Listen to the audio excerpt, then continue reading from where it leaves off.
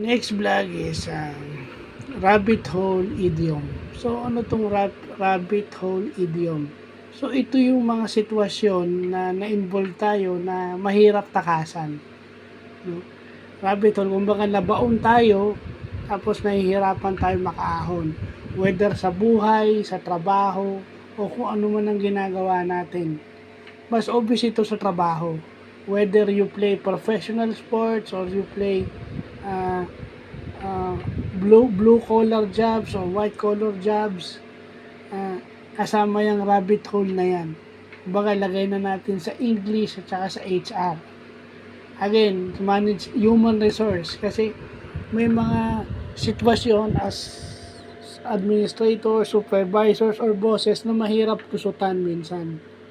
Talagang susubukan yung pasensya ng mga nagpapatakbo ng business, di ba? Lalo na dito sa Pilipinas, di ba, yung inflation rate, di ba? Lahat ng Pilipino nagsasuffer diyan. We are all in the rabbit hole.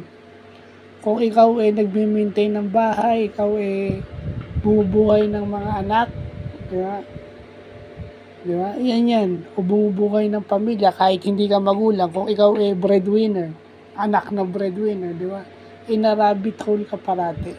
You are always in a difficult situation. So lagay na lang natin sa ganun yan. Kasi yun pwede kong ilagay yan. Ang purpose nitong mga vlog na to is para mag-improve lang yung communications ko. No? The one that can understand it would mean, yung mga ganyan, para hindi redundant o paulit-ulit, repetitive yung words na ginagamit ko hanggat maaari. Kumbaga, if I could explain it in an idiom na maiintindihan, so why not? Kumbaga, English naman to, sa buhay, sa management, so pwede natin ipasok sa ganun to. So, yun lang po.